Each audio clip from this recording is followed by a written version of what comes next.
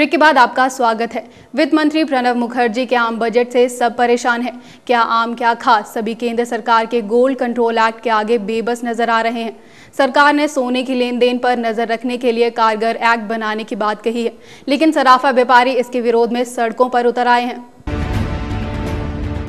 साल 2012 और 13 का आम बजट और रेल बजट आम आदमी के लिए तो महंगाई की मार लेकर आया ही, साथ ही वित्त मंत्री और रेल मंत्री के लिए भी मुसीबतों का पहाड़ लेकर आया।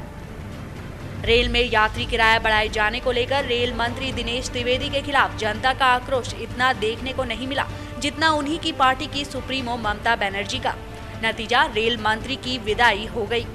आम बजट के बाद आम जनता में भी वित्त मंत्री प्रणब मुखर्जी को लेकर गुस्सा दिखाई दे रहा है, लेकिन एकजुटता के अभाव की वजह से यह गुस्से का गुबार बाहर नहीं निकल सका। लेकिन गोल्ड कंट्रोल एक्ट में लाइसेंस की अनिवार्यता और कस्टम व एक्साइज ड्यूटी बढ़ाए जाने से देश भर के सुनारों में जरूर उबाल आ गया। सालों बाद दोबारा लागू किए गए इस नियम से चारों तरफ विरोध के स्वर बुलंद हो रखे हैं। देश भर के सभी राज्यों और शहरों में इन दिनों धरने, प्रदर्शन, रैलियों का दौर दिखाई दे रहा है। केंद्र सरकार पर दबाव बनाने के लिए मंगलवार को देश भर के ज्वेलर्स ने बंद का आह्वान किया। उत्तराखंड में भी इस बंद का असर देखने को मिला।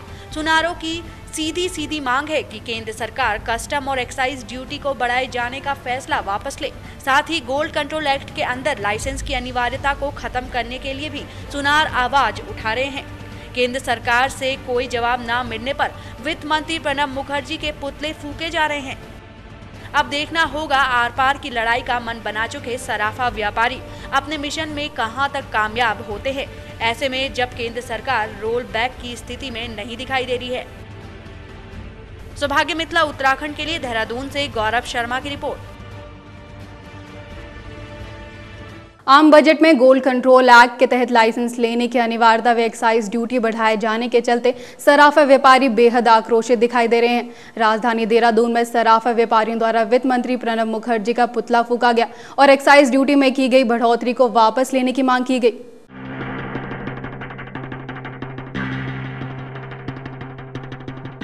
वित्त मंत्री प्रणब मुखर्जी द्वारा पेश किए गए आम बजट में एक्साइज ड्यूटी में की गई बढ़ोतरी को लेकर सराफा व्यापारियों का रोष थमता दिखाई नहीं दे रहा है। बात प्रदेश की राजधानी देहरादून की करें तो दून के घंटाघर चौक में सराफा व्यापारियों ने अपना रोष प्रकट करते हुए केंद्रीय वित्त मंत्री प्रणब मुखर्जी की शव यात्रा निकाली और उनका पुतला फूका। इस दौरान व्यापारियों द्वारा वित्त मंत्री प्रणब मुखर्जी के खिलाफ जमकर नारेबाजी भी की गई। व्यापारियों ने एक्साइज ड्यूटी में की गई बढ़ोतरी को वापस लेने की मांग की। व्यापारियों का कहना है कि वे कुछ भी करेंगे मगर इस बजट को स्वीकार नहीं करेंगे। यदि केंद्र सरकार ने उनकी मांग पर ध्यान नहीं दिया तो वे आने वाले समय में अनिश्चित काल के लिए अपनी दुकानें बंद कर देंगे।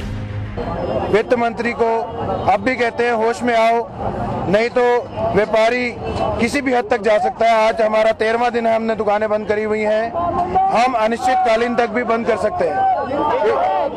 द्वारा जो है ये एक्साइज पे जो है 25 कंडीशंस लगाई गई है, इसके बारे में कुछ थोड़ा खुलासा करेंगे सर? एक्साइज ड्यूटी आज तक नहीं थी, इन्होंने 90 में एक्साइज ड्यूटी बंद करी थी। ये काला कानून है, ये व्यापारी विरोधी है। हम ज्वेलरी पर बिल्कुल भी एक्साइज नहीं चाहते। ज्वेलरी बनाने वाले जितने भी कारीगर हैं, छोटे लोग हैं, उन पर ये जबरदस्ती थोपा जा रहा है। तो किसी भी हद तक जा सकते हैं। आज हमने भूख हड़ताल चालू करी है, हमें अनिश्चितकालीन तक बंद करना पड़ा, हम अनिश्चितकालीन तक बंद करेंगे।